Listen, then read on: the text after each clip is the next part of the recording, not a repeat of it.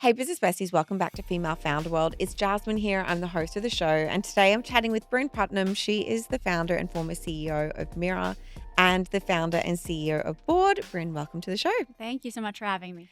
Give people a little bit of background about your origin story and what you've built.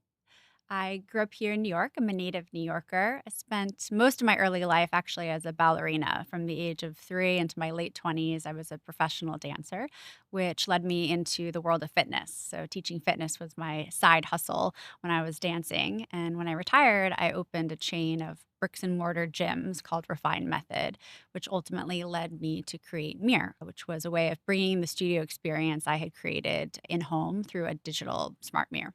Wow. And you launched Mirror in 2016? Is that right? 2018, we launched. 2018. Yeah. Okay. I want to understand what the launch process was for a business like that because it's easy to look back at the success the company had. You're acquired for a significant amount of money. The business is kind of just so well known. I knew it before I even kind of reached out to you to come on the show.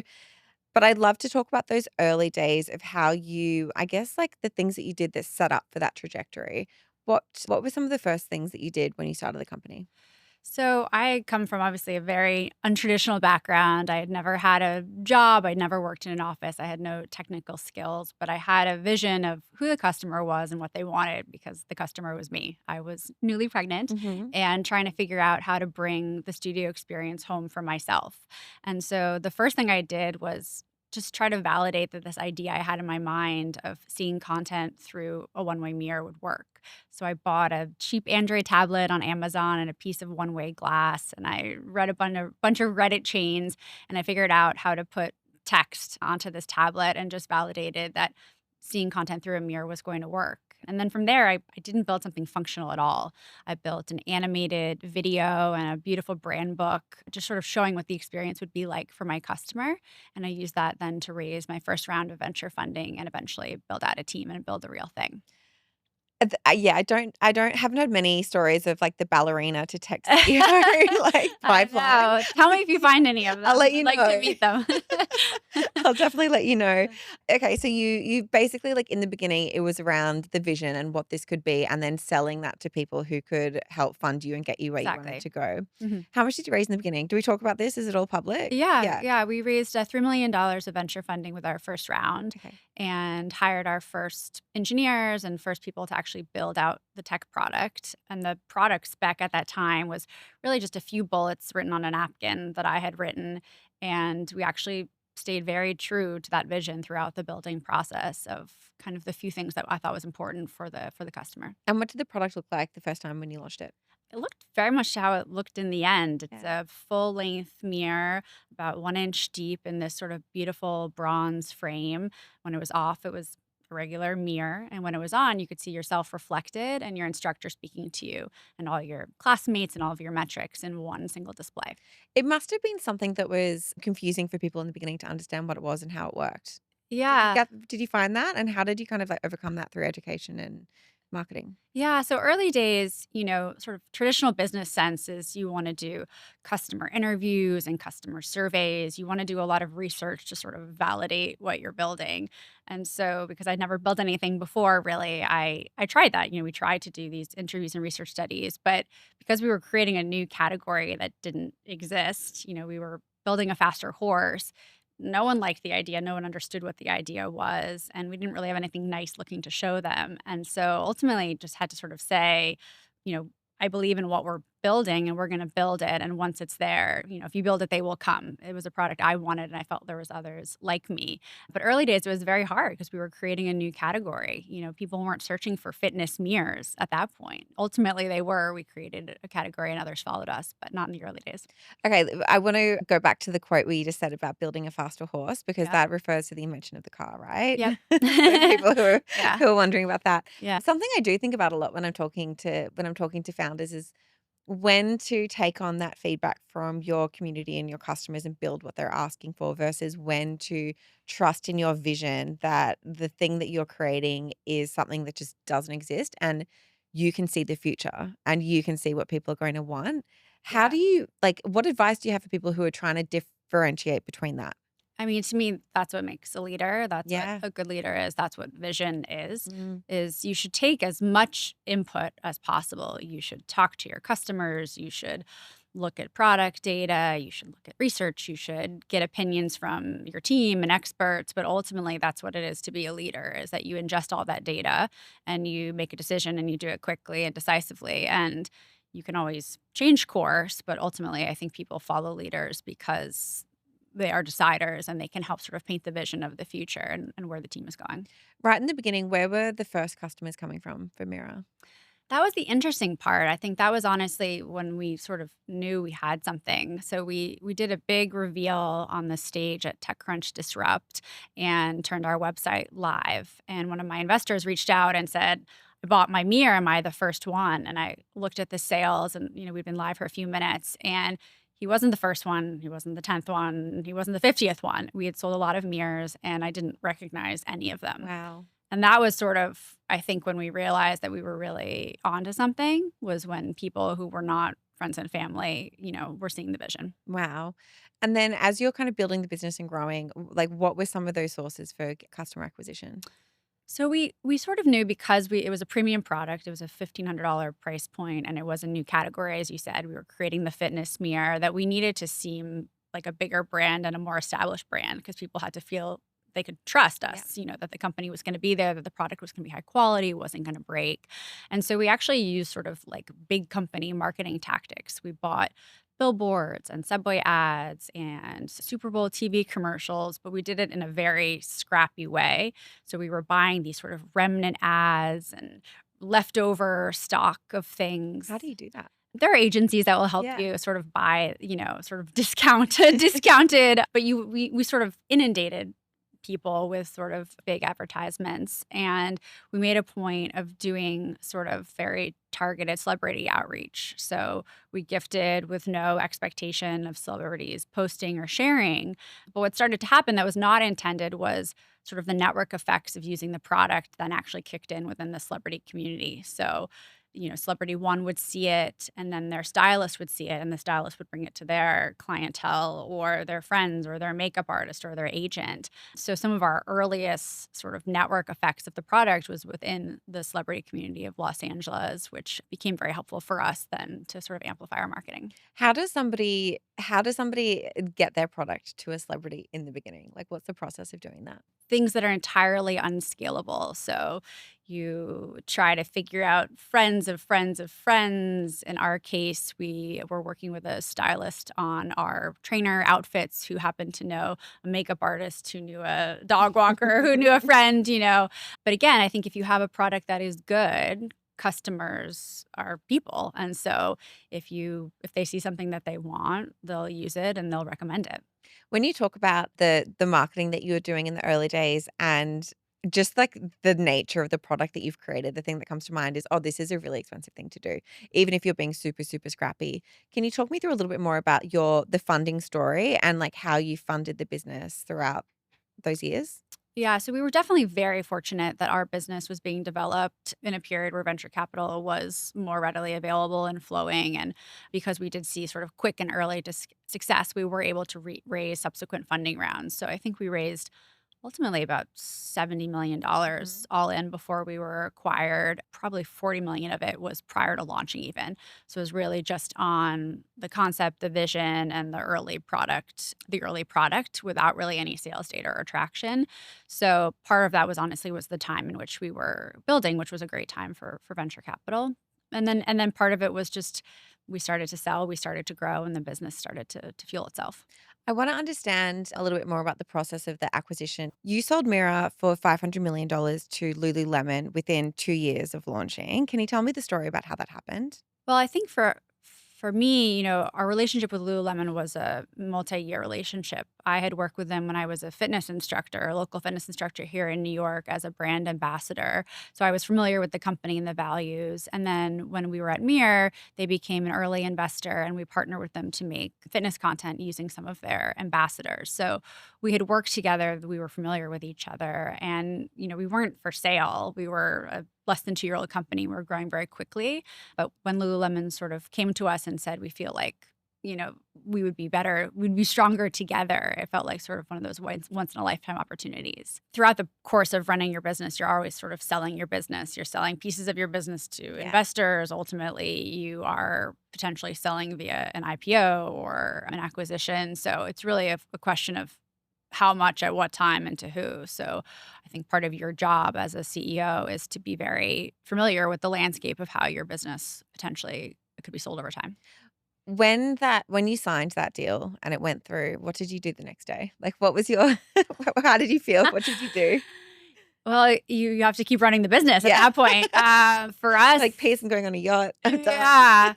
Well, for us, I think what people don't realize is we actually sold the company right before COVID. We Mhm. signed our deal in March, right before all of the lockdowns Wow. and all of that. And so the way that these deals work is they take many months to actually close. And so for us, we operated the first few months of COVID still as an independent startup, navigating all that meant. So our factory closed down. We had Mm. to relocate our factory. Our instructors had to learn how to set up live streaming studios and the Airbnbs they were living in across the country to live stream fitness classes. Our entire team went remote. So we were really didn't have very much time to sit and feel anything really about the acquisition because we were trying to figure out how to navigate a very young startup through a period of incredible growth and incredible instability. How does your life change after a decision like that to sell your company? I think that was the biggest learning for me. I think I thought my life wouldn't really change. I thought, I was still entitled the CEO of Mirror Yeah. and growing the business. But in fact, I became really the GM of the Mirror division, which was part of this very large, mature public retail company.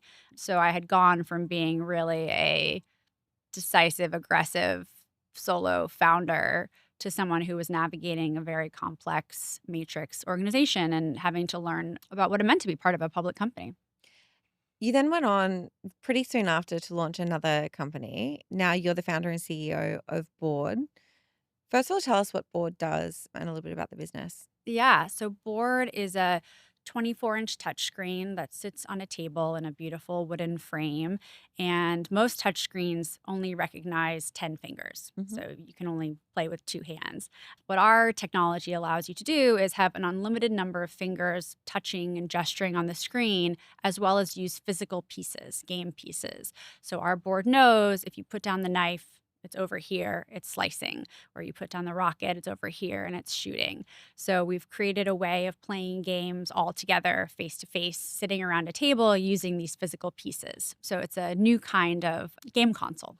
How did this idea come about? I've never heard of anything like this. Again, it's like speak to the same kind of founder that you were in the early days of Mira, where you kind of like seeing the future and seeing what you think people are going to want. And where did the idea come from? Yeah. So, when I left Mir, I took some time just to kind of reset my brain Yeah. and read books and experience the world. But my own life was in a very different place. I had gone from being newly pregnant with my first child with Mir to now I have two kids and three stepkids. So my Brady Bunch family goes from age 2 to 21. It's a big It's a family. big crew. And we were trying to figure out how to spend time together, which really often looked like everyone on their phone in front of Yes. a movie, not making eye contact, not laughing, not connecting. And for me as a kid, games had always been a way that I made memories with the people I loved. But I felt like there needed to be a new way to play for our generation. And so that's where Board came about, is again, just my own personal frustration at feeling like we needed the magic of video games, but the feel of board games to kind of come together and really be able to make connections. When you were starting Board, is there anything that you thought, okay, I am never doing this again from my lesson with Mira, or like I did that really well, and I want to do it again in this business that you think people should know about as they're building their own companies? Yeah, I think one of my core learnings from Mir was there's a great Michael Jordan quote, which is talent wins games, but teams win championships. And I think in Mir, I had some really exceptional employees who just weren't great members of the team. They created they just created a culture that had friction in it. And I always sort of prioritize the excellence of the team member over the excellence of the team as a whole. And this go around, I think I've been very careful and clear about building a team where everyone, works together and supports each other. And I think that's incredibly important, is to ensure that no member of the team is greater than the sum of the parts. Mm. Things that I think we did well last time was be incredibly focused. So when you're creating a new business in a new category, you have so many ideas. That's why you're creating something, but you also have very limited resources and limited time. So you really have to figure out what are the 1 to 3 things you need to do very, very well. And everyone in the organization has to execute perfectly against those things. So I think the most important thing you can do is just say no. Say no to partnerships, say no to new product ideas, say no to things that take you away from those core things that will enable you to reach your vision. Oof, that's so hard to do. It is. And it's because it's why most of us start things is Yeah. because we are creative and we like building things, but you really do need to stay focused. Yeah, I think like it's also it's hard to do because I think as entrepreneurial people, as founders, you also can just think, "Oh, I can take on more and more and more." But when you get to the point where you're loading that onto a team, they can't execute on all of these different fragmented things, and it's like your Yeah. job to focus them and their time and resources. I think another thing that we did well that hopefully we're doing again here is more sports quotes today. But I'm loving this. I know it's like so funny. I married a man who likes sports. There's this famous 49ers coach, Bill Walsh, and he says the score takes care of itself.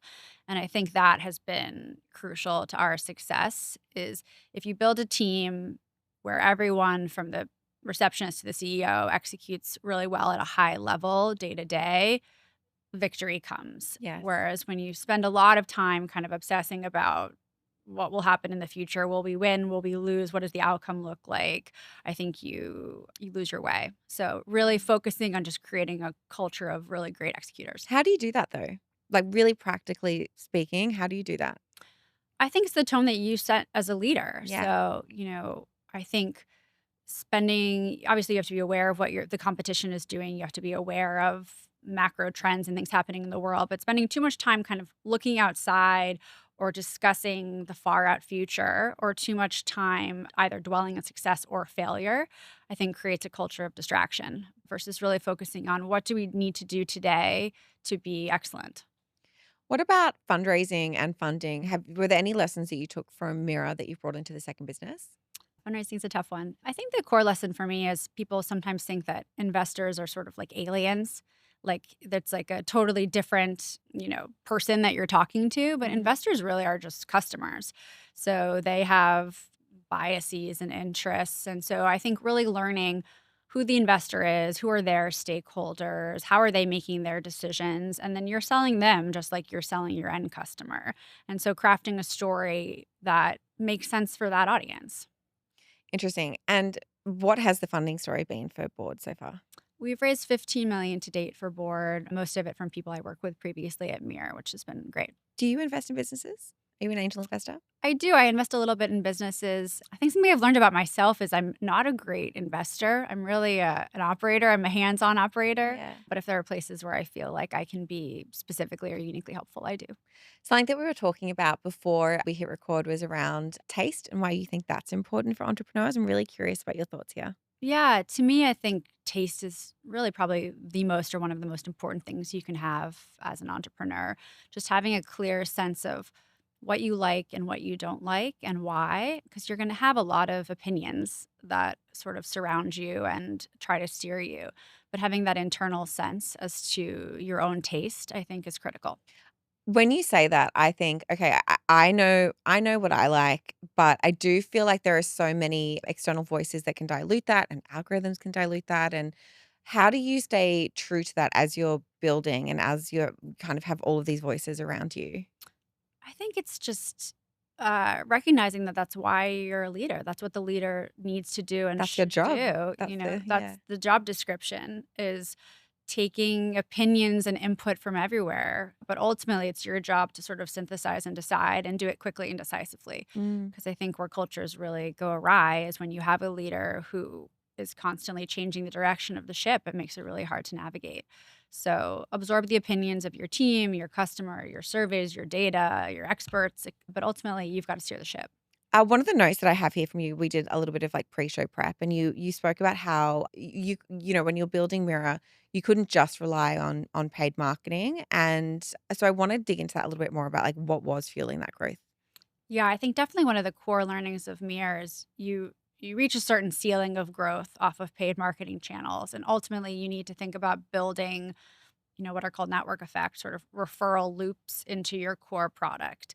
You need to figure out how to make your core customer your advocate and help them to sort of spread the word if you're really going to get past 50 million or 100 million in revenue, which hopefully you'll all reach. So that's definitely something we're thinking about now with Board. The great thing about Board is you're playing with other people. And so there's this incredible built-in network effect that just by playing, I'm spreading the word of Board, and hopefully with every game, I'm selling more games. So we've really been trying to facilitate that early days at Board, doing a lot of events and really trying to equip our early customers with the resources they need, be it game nights we sponsor or more formal influencer parties to help spread the word for us rather than relying just on paid channels. When you think about creating those inbuilt network effects and virality, so it sounds like one of the things. I mean, I think the biggest lesson for people is just like all the things that you think you don't know are actually your strength. Like that's what will Mm, make you successful. okay, let's talk about that. Okay, right. Um, Did you I wanna think, talk yeah, about I the think virality? storytelling is that's the key. Is like you have to give your customer, you have to have really tight and crisp messaging because and if your customer is going to be your advocate, they need to be able like how you want the product described needs to be how they perceive the product so that they can spread the word. Yes. So having like very clear product storytelling. Yeah, it sounds like when you're talking about ways to, like, build these this virality and network effects, it's kind of, like, inbuilt into the product, Yeah. ideally. Yeah. People think of brand as like colors and fonts, Yes. but it's really not. It's like having like a clear message that resonates with your customers so that they then become your advocate to your next Mm. customer. If your customer can't describe what your product is and why they love it, like your product can't grow. Yes, how are they gonna recommend it to someone over, like, dinner or brunch? You can't. Yeah. Yeah. That's so interesting. Okay, you also just spoke before the show about how your weaknesses are your strengths and how constraints can actually be really powerful for businesses. Let's talk about that. Tell me what you mean. Yeah. I mean, early days of Mirror, a lot of people said to me, are you gonna get a technical co-founder? Are you Yeah, gonna find an and engineer you to didn't, help you right? build things? And I didn't because I felt like at the time, a co-founder is really like a marriage. And at that point, it felt very artificial to sort of just bring someone on and marry them Mm. without that kind of natural relationship.